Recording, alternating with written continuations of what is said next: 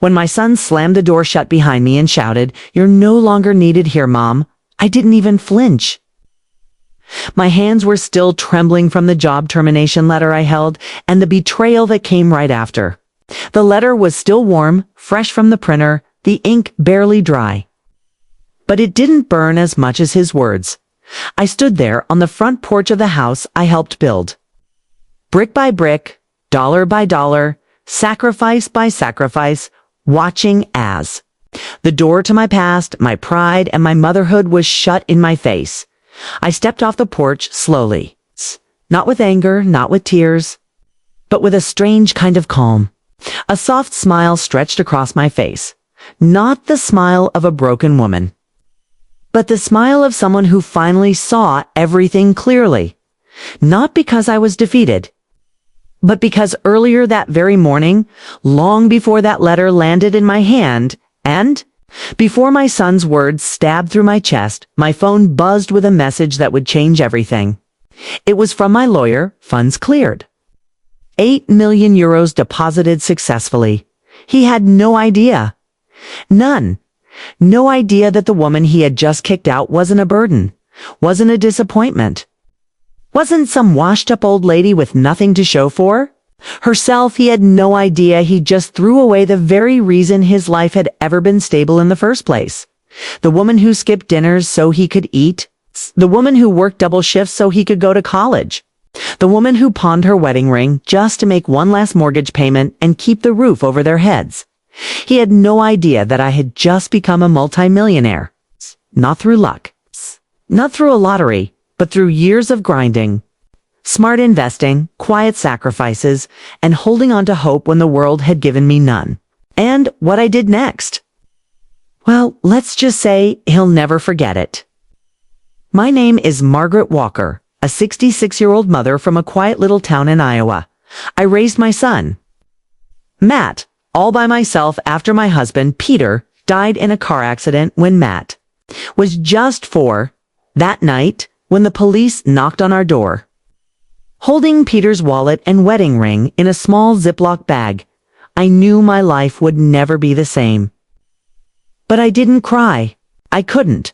I had a little boy standing behind me, clutching the hem of my nightgown, whispering, "Is Daddy coming home?" From that moment on, I became both mother and father. I gave up everything. I was once an artist. I used to spend hours painting sunflowers and rolling hills on canvas, dreaming of having my own gallery one day. But after Peter died, my brushes dried up. I traded my apron for a steel plant uniform. I worked the day shift and cleaned houses in the evening, just to keep the lights on and food on the table. I remember hand sewing patches on Matt's torn jeans before school, staying up all night too, help him finish science projects, and skipping meals so he could have seconds. When his textbooks got too expensive, I pawned my engagement ring, the last piece of Peter I had left. Without hesitation, Matt was everything. He was the reason I smiled after 12-hour shifts. The reason I kept going even when arthritis made my hands scream. I used to look at him and think, maybe I didn't get the life I wanted, but I gave him the chance to live his dream. And he did, when he got his first job in tech after college. I sat way in the back of the graduation hall so no one would see me weep. I thought we'd won. I thought we had made it. That all the sacrifices finally meant something. But slowly, I noticed something changing. The boy who used to hug me after school started replying to my messages with one-word texts. The young man who once called me his hero started forgetting my birthday. His tone became sharp. Dismissive, he told me to get with the times, that my opinions were outdated, but I told myself it was just stress, a phase. I refused to believe that. Success had changed him until the day he slammed the door in my face. As the years went by, the changes in my son became more noticeable. At first, it was subtle, a missed call here and there, less frequent visit, but then the real shift began. Small comments here and there, nothing too obvious. Yet something in his eyes told me something had changed. You wouldn't understand. Things work differently now. He would say, "Or, you're old-fashioned." I tried not to let it hurt. After all, I knew he was stressed. Life was hard. He had a young family, a demanding job, and Christina, his wife, who never really warmed up to me. Christina was cold, distant. And it always made it clear she didn't think much of me. She viewed me as some old-school burden. Someone who didn't understand how the world worked anymore. To her, I was just an obstacle, a reminder of a past she had no use for. But despite all of that, I never stopped caring for them. Every Sunday, I was out there cleaning their backyard, trimming the hedges, fixing leaky faucets, and doing all the small things that seemed to go unnoticed. I babysat my grandkids for free, tipped them to school, and always showed up when they needed me, even if it meant putting my own needs aside. One year, when their mortgage payment was short, I did what any parent would do. I quietly sold my old pickup truck, the one I'd kept for years, which held so many memories of hard work, and gave them the money. They didn't ask. I didn't offer an explanation. I just did it, because that's what I had always done for them. I sacrificed my own comfort to make sure they never had to worry. But despite everything, none of that seemed to matter. One morning, I walked into their house with the termination letter in hand, my heart heavier than it had ever been before. I hadn't expected this. After 40 years of loyal service, after putting everything into a career, I had been let go. I had spent my whole life making sure my family was taken care of, and now at 66, I had nothing. I lost my job, son, I said, my voice shaking as I stood in the doorway, holding the letter that seemed to burn my hand. After 40 years, they let me go. The words hung in the air, thick with the weight of everything I had given. The silence that followed felt like an eternity. He stood still, his face unreadable for a long moment. I thought he would come to me, tell me everything would be okay. But then, he did the unthinkable. His eyes, once filled with pride, now seemed empty. Cold. He took a step back. The words he spoke next crushed me, pierced deeper than anything I'd ever felt. Maybe it's time you left, Mom. We can't keep going on like this. You've been living here long enough. I think it's time you move out. You're just too much to handle right now. In that instant, everything I had worked for, everything I had given, my love, my sacrifices, my life, meant nothing. The man I had raised, the boy I'd given my everything to, had just thrown me away. I couldn't speak. I just stood there, the termination letter now trembling in my hand. I thought of all the late nights I had stayed awake, making sure he was safe, making sure he had everything he needed. And now, this. This was my reward. But there was something in me that didn't break. Something that didn't collapse under the weight of his words. I smiled softly, almost imperceptibly as I turned and walked out of the door. I smiled because I knew something he didn't. I wasn't the one who had lost everything. He was the one. He scoffed. So what now, Dad? You're gonna live off me. I stared at him, the words cutting through the silence like a knife. Matt, I gave everything to raise you. Yeah, and I didn't ask for that, he yelled, his voice sharp, full of anger. His hand slammed the coffee cup onto the counter, causing it to rattle. Christina didn't even flinch. She just sat there, watching me with that smug, condescending look. It was like I was invisible. You've done your part. You're not our responsibility. I looked from him to Christina, both of them standing in judgment, and then his finger pointed toward the door. You should leave before the kids wake up. It felt like a punch in the gut. My son, my flesh and blood, was kicking me out. I stood there, frozen, my heart aching, my entire world crumbling. I'd spent so many years trying to be everything for him, and now this was the result. I couldn't believe it. My mind raced, trying to piece together the son I thought I knew. Without a word, I slowly turned around. I didn't even know how to feel. There was no fight in me, no anger, no tears. I was hollow, drained by the sheer betrayal in his words. I placed the termination letter on the kitchen table, the crumpled piece of paper representing a lifetime of hard work. The letter that had cost me my dignity. Then I walked out. My hands were shoved deep into my pockets as I trudged down the walkway, the cool morning air biting at my face. I didn't look back. I couldn't. It felt like I had been tossed aside, like I was nothing. But the truth was, I had something he didn't know about. And that morning, I had opened an email that changed everything. It had come through at 8:32 a.m. A simple notification from my lawyer with the subject line: Final transaction, Rick Mason's will, Rick Mason. I hadn't heard that name in years. He was an old army buddy of mine from Vietnam. We'd served together, and during a raid, I'd saved his life. He owed me nothing, but we had a bond that was unbreakable. Over the years, we lost touch, but we'd stayed in contact through occasional letters and calls. He told me once, if anything ever happens to me, you'll know. Just promise me that you'll always have my back. And I did.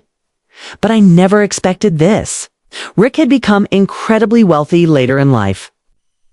He'd invested in real estate across Europe, turning every move into a fortune, and when he passed away, he didn't leave his wealth to any family or extended relatives. He left it to me. 8 million euros.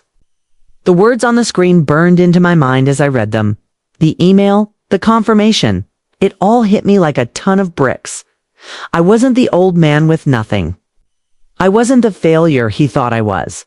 I was now worth more than my son would ever know. I didn't rush into spending that money. No, I remained calm. I lived modestly. I moved into a small apartment, far from the life I had been accustomed to. It wasn't glamorous, but it was mine. I didn't need the luxuries anymore.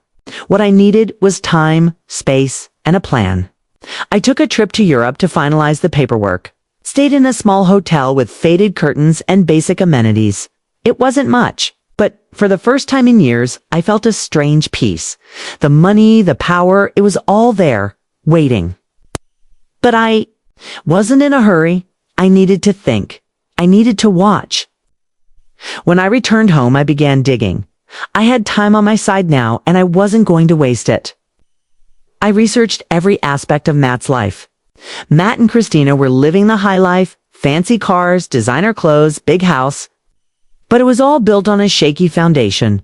They were drowning in debt. Their credit cards were maxed out, their loans piling up. Everything was leased, every luxury, a borrowed illusion. But it wasn't just that. I learned that the company Matt worked for, his pride and joy, was in serious trouble. I did my homework. The scandal that rocked the firm had left it teetering on the edge. One wrong move, one scandalous piece of news, and the whole thing would crash. And that's when the idea hit me. I wasn't just going to watch him fail. I was going to make him feel it every day. So I did what any man with 8 million euros and a lifetime of betrayal would do. I bought his company. I contacted a top investment firm, set up a shell company to keep my involvement hidden, and quietly purchased 80% of the company's shares. Legally, efficiently. No one knew a thing. Not even Matt. Within weeks, I was the majority shareholder. And my first move? Fire the CEO. And guess who that CEO was? My son. It was a Friday morning when Matt received the letter. Ironically, the exact same way I had received mine. Just weeks before, he stormed into the boardroom, his eyes wild with panic. The atmosphere in the room froze. He was clearly rattled. There's a mistake. Someone sent me a termination notice. Who the hell signed off on this? I stood from the far end of the table. My suit was crisp, my tie straight. I was calm, composed, completely in control. I said. Matt's face drained of color. His eyes widened in disbelief. Dad, it's Mr. Walker now, I replied coldly. The room fell silent. You could hear a pin drop. The shock that spread across Matt's face was almost painful to watch. He couldn't comprehend what was happening. This wasn't supposed to be how it worked. I was supposed to be the old man, the one who relied on him. But now the tables had turned. The silence was thick, suffocating. It felt as if time had stopped altogether. "You taught me something important, Matt," I said slowly, locking my eyes with his dot. "You taught me that loyalty, sacrifice, and love mean nothing to someone who can't respect where they came from." "But you can't do this," he shouted, his voice trembling with a mixture of anger and disbelief. "Oh, but I already have," I said, my voice calm and unwavering. I turned to the firm's attorney, who had been quietly watching the exchange. "Effective immediately. Matthew Walker is relieved of all duties without severance," I announced. Matt stood there, dumbfounded. His mouth opened and closed, but no words came out. The humiliation was written all over his face. Outside, I could hear the distant screech of tires. Christina, in her usual dramatic fashion, had been waiting in the parking lot. When Matt broke the news to her, she screamed so loudly that it echoed across the courtyard. The security guards had to intervene, escorting them both off the premises. I knew they would be fine. They had their fancy house, their fancy cars, but in that moment, it didn't matter. I'd done what I came to do. Later that evening, as I drove past their house on my way home, I saw the for sale sign planted firmly in the front yard. Poetic, wasn't it? It wasn't just the end of their financial stability, it was the end of their illusion. They thought they could walk over me. But now, the shoe was on the other foot. 3 months later, I sat on the balcony of my new home, a peaceful coastal property in Maine, overlooking the vast, endless ocean. The sound of the waves crashing against the rocks below was soothing. It was the kind of place my late wife, Martha, had always dreamed of. I kept a picture of her on the table beside me, smiling back from the frame, as if she were still here. I smiled softly, the weight of everything finally lifting off my shoulders. We did it. "Martha," I whispered to her, as if she could hear me. Matt had tried to reach out once, leaving a voicemail on my phone.